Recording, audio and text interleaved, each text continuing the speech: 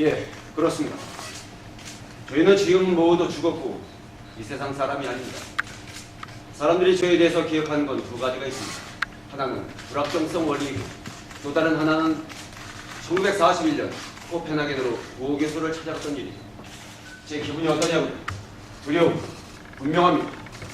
도대체 처음에 그 말을 어떻게 꺼내야 하는 건지. 혹시 전쟁하고 관계된 일이 나니까요? 하이젠베르는 이론 물리학자야. 핵분열에 대한 얘기일지도 몰라요. 핵분열? 당신이 그걸 연구하고 있으니까요. 당신은 그 연구의 권위를 인정받고 계시고요. 하이젠베르는 그걸 연구하지 않아. 핵물리학의 모든 초기 작업을 한 건 하이젠베르그였어요. 그리고 연구가 매단계 넘어갈 때마다 당신한테 조언을 구했죠. 그건 1932년 옛날 얘기예요. 그렇지만 독일인들이 핵분열을 이용해서 어떤 무기를 개발하려고 한다면 말을 그런 무기 개발은 없어. 무거운 문이 열립니다.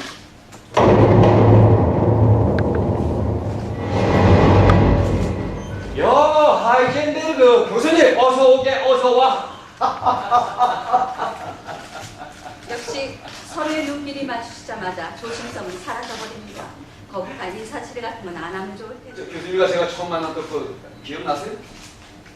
1922년 독일 대통령이었지. 교수님을 위한 특별 강연이에요. 거긴 아주 명예스러운 자리였고 나도 자랑스러웠다. 교수님은 두 가지 면에서 존경을 받으셨습니다.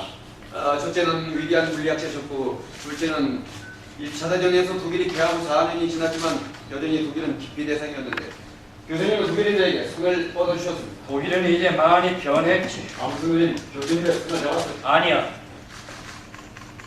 자넨 아니야. 자넨 내 손을 물었잖아.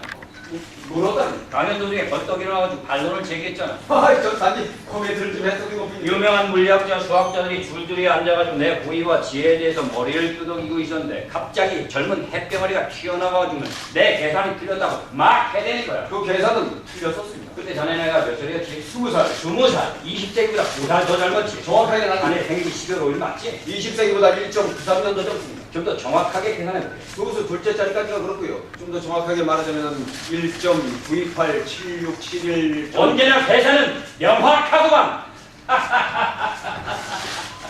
그리고 갑자기 남편은 하이젠베르그를 다시 좋아하기로 마음먹었습니다. 왜죠? 무슨 일일까요? 괴팅인의 여름날에 대한 추억 때문에? 그게 무엇이었든 간에 우린 저녁 식탁에 같이 둘러앉게 되었고 식은지에서 다시 불길이 타올랐죠.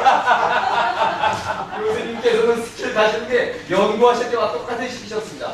코스마다 발견 대행안을 17개나 작성하셨던 거 아시죠? 그래도 최소한 나는 내가 어디 있었는지 알았어. 자네 말이야 속도가 너무 빨라가지고 불확정성이 적용될 수밖에 없었지. 위치를 알려면 속도를 모르고 속도를 알면 위치를 모른다. 그걸 생각하기 위해서 스킬을 멈추진 않았죠. 비판이라고 생각하지 말게. 그게 바로 자네 연구에 약점될 수 있단 말이야. 어떤 경우는 계산이 맞는다는 건 맞는 겁니다. 문제는 그 계산이 뭘 의미하는 거야. 그 수식이 내포하고 있는 철학적 의미가 더 중요하다는 거지. 하이젠베르그 생각대로 오랜만에 산책을 나갔네요.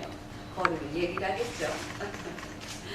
저는 입자가 관찰되지 않는 순간 얼마나 다르게 움직이는가에 대해 수없이 타이틀을 쳤거든요. 전 우리 집 양반을 알아요. 처음 몇 번 동안만 탈없이 지나면 그 다음에 멈출 줄 모르죠.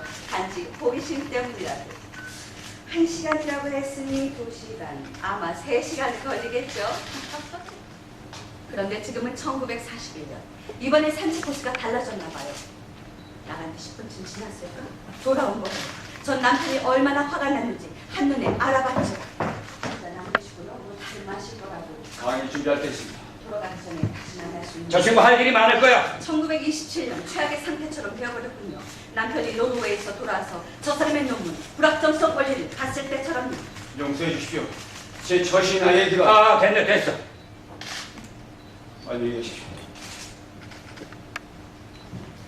근데 하이젠베르그가 도대체 뭐라고 했어요? 모두들 그걸 알고 싶어 하잖아요. 그래. 영국에서도 그걸 알고 싶어 했지.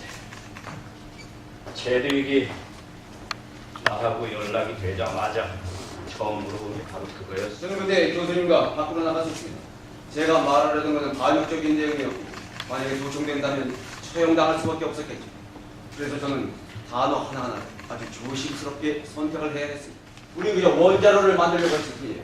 그 원자로의 동력으로 발전을 하고 배를 움직이고 원자로 얘기는 단 한마디도 없었어. 다른 것에 대해서도 아무 말도 안 했습니다. 아무것도 말할 수가 없었죠. 도청다고 이제 알 수 없었거든요. 그리고 또 교수님께서 제 말을 다른 사람에게 퍼뜨릴지도 모르고 그때 내가 우라늄 핵분열이 무기 제조에 이용될 수 있다고 생각하는지 자네한테 물어봤잖아. 저 그냥 방금 그걸 알게 됐다고 말씀드렸습니다. 그래서 내가 겁이나 뜰 거야. 교수님께서 들으려고 하시지 않았어요. 교수님 머릿속에 이미 폭탄이 터지고 있었고 정신을 차리고 있는 대거로 되돌아가고 있다고. 난 이미 핵심을 파악하고 있었으니까 자넨 어떻게든 히틀러를 해서 핵폭탄을 만들어줄 가능성이 있었다는 거야. 핵심을 최소한 4가지 이상으로 파악을 하셨다고요. 첫째, 로젠탈에게는 제가 교수님에게서 핵분열 지식을 빼가려고 한다고 하셨습니다. 둘째, 바이스코프에겐 제가 연합국의 핵개발 프로그램에 대해서 물어왔다고 하셨습니다. 셋째, 제드리칸에는 독일에는 그런 계획이 없다는 걸 제가 교수님에게 설득하려고 했다고 믿게 만드셨어요. 또 누군가에게는 제가 교수님을 그래같이 끌어들이려 왔다고 하셨습니다. 하지만 모두 틀렸습니다. 그래 좋아. 그럼 우리 아주 처음부터 다시 시작해볼게. 지금 숨어있는 게스타포도 없고 영국 정보원도 없어. 자, 지금 우리는 그 거리를 다시 걷는 거야. 연합군의 금습을 피해서 원자로를 동쪽 베를린에서 서쪽 슈바비아까지 끌고 가기로 했습니다. 도중에 러시아에 뺏겨서도 안 되었고 도중에 디브노가 그걸 탈출하기까지 했지만 우린 그걸 지켜냈고 서쪽 슈바비아 유라 마을에다 그걸 설치했어. 하이고로 그랬지.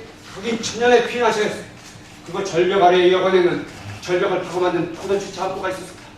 그 포도주 창고의 마룻바닥을 뚫고 원자로를 설치했어.